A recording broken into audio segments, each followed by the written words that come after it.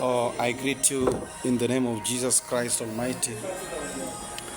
Um, I'm Elijah Odao, and I'm grateful for each and every person for your time that you have always offered to be unto this wall, and for listening to my music and sharing, those who have shared, those who have ministered with my music, whatsoever place they always be. Nawashukuru sana. Mimi ni mwinjilisti, namtumikia Mungu, nimeokoka, Kristo ni Bwana. I thank God for this opportunity, wonderful moment that He has given me. I wanted just to share with you, it's long since we met onto this wall, but I wanted just to share with you one thing that has just come, a revelation that has come into my memory. There was this man that was known as David. David was a man of God, the second king of Israel after King Saul. I want to share something about something that David did. Daudi alimuua mtu anaitwa Uria.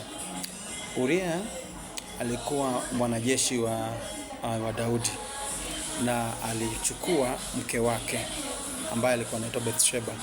Sasa Bathsheba alichukuliwa na Daudi kwa sababu siku moja baada ya Daudi kuona kwamba ameshinda maadui wake, amewashinda na sasa amewaweka chini, aliwabwaga yani, ili alipanda juu ya ghorofa ili akitazama sehemu ambayo Mungu amembariki. Lakini baadaye Mungu naye Daudi akatizama akaona mke fulani akioga uchi. So to cut the story short, alimuona yule mke, akatumana, akaitwa. Baadaye akafanya tendo la ngono naye. Baadaye sasa akamwambia Joab kwamba nenda ukatumane kwenye jeshi, wakati mnaenda kwenye vita Uria awekwe mbele. Sasa Uria aliwekwa mbele, akafa. So my topic that I want to share with you this evening is about somebody that was put forefront. Hata kwa mapigano, hata kwa boma yenu, wewe ndio umewekwa mbele. Maadui yakifika, wewe ndio unakuwa wa kwanza kukutana na maadui. Kama ni magonjwa, wewe ndio unakuwa wa kwanza kupigwa na shambulizi ya magonjwa. Kama ni mambo na ndoa, wewe ndio unakuwa katika familia, wewe ndio unapigwa na mambo ya ndoa. Hata kama ni mambo ya finances, wewe ndio unakuwa wa kwanza kupigwa na mambo ya finances. Watoto wako wanakusumbua, kuna mambo mengi ambayo yanakusumbua. So just to share with you this clip, as I share it, I want to encourage you that however much you have gone through problems and tribulations that you have underwent, nataka nikwambie kwamba above all, if you stand steadfast to the Lord, He will uplift you. He will lift you to the most glory. Many people always say that David saw this woman and then they begot a son that is called Solomon. Then God used part of that. Remember, the first son that they got died because of that adultery, having an affair with somebody's wife, which is now against the Christianity. Now, David did this with a lot of ignorance. He didn't know who transpired afterwards, but ilifanyika hivyo mpaka akaadhibiwa na Mungu.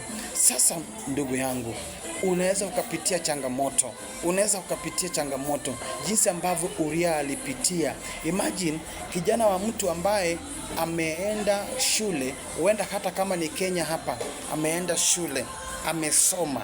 Baada ya kusoma ameenda chuo ama amefika form 4, alafu amepelekwa, ama wale ambao wamepelekwa Haiti, wameenda Haiti kule, anaporudi anarudi kwa jeneza, anarudi amekufa, anarudi kama ameenda kupigania nchi yake, anapitia magumu.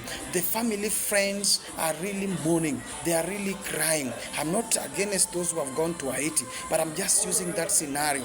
Now, you mean you can take it easy when your family or yourself is undergoing against something that is not worthful to your life?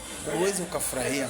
So ndio maana nataka niseme kwamba wewe pia unaweza ukapitia changamoto kama hizo, na hizo changamoto Biblia inatuambia kwamba ni za muda kidogo tu. Mungu atakuja, unaweza ukalia usiku, lakini mchana unaweza ukaona kwamba una furaha. Unaweza ukalia usiku, lakini mchana ikifika, Mungu ataleta furaha katika maishani mwako.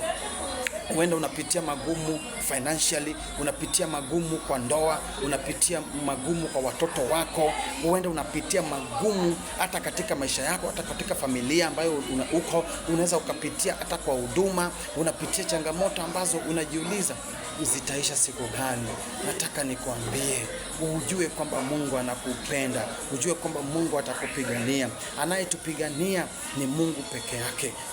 Usiache kumtumikia Mungu. Tumikia Mungu hadi mwisho wa dahari. Tumikia Mungu na utaona makuu ya Mungu. Mimi nimeona akinitumikia, akinifanyia, akinipigania, amenipisha kwa majanga mengi. Lakini hata kama tunapitia jinsi ambavyo Ayubu alipitia, tunajua kwamba utapita hayo. Thesalonike wa kwanza 5 hapo ukisoma 16, 17, 18 inasema kwamba pray without ceasing. Ina 16 inasema kwamba be thankful for everything. Be thankful whether good or bad, but be thankful. I want to advise and I want to encourage somebody that you be thankful to the Lord. You just uphold the spirit and God will take you to the next level. Even if it is so stiff that you cannot challenge that devil. Remember, David brought down Goliath. That Goliath that is troubling you.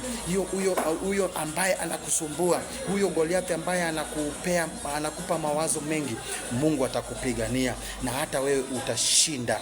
Wewe pia utashinda. Utashinda yale ambayo watu hawangeweza kushinda kwenu. Hata kama ni gari utaendesha, hata kama ni nyumba utajenga, kupeleka watoto shule utawapeleka katika jina la Yesu Kristo. Wacha tuombe. Baba, katika jina la Yesu Kristo, nataka niombe kwa ajili ya yule mtazamaji ambaye atakuwa anatazama hii video. Mungu ukawabariki, ukawainue, ukawatunze.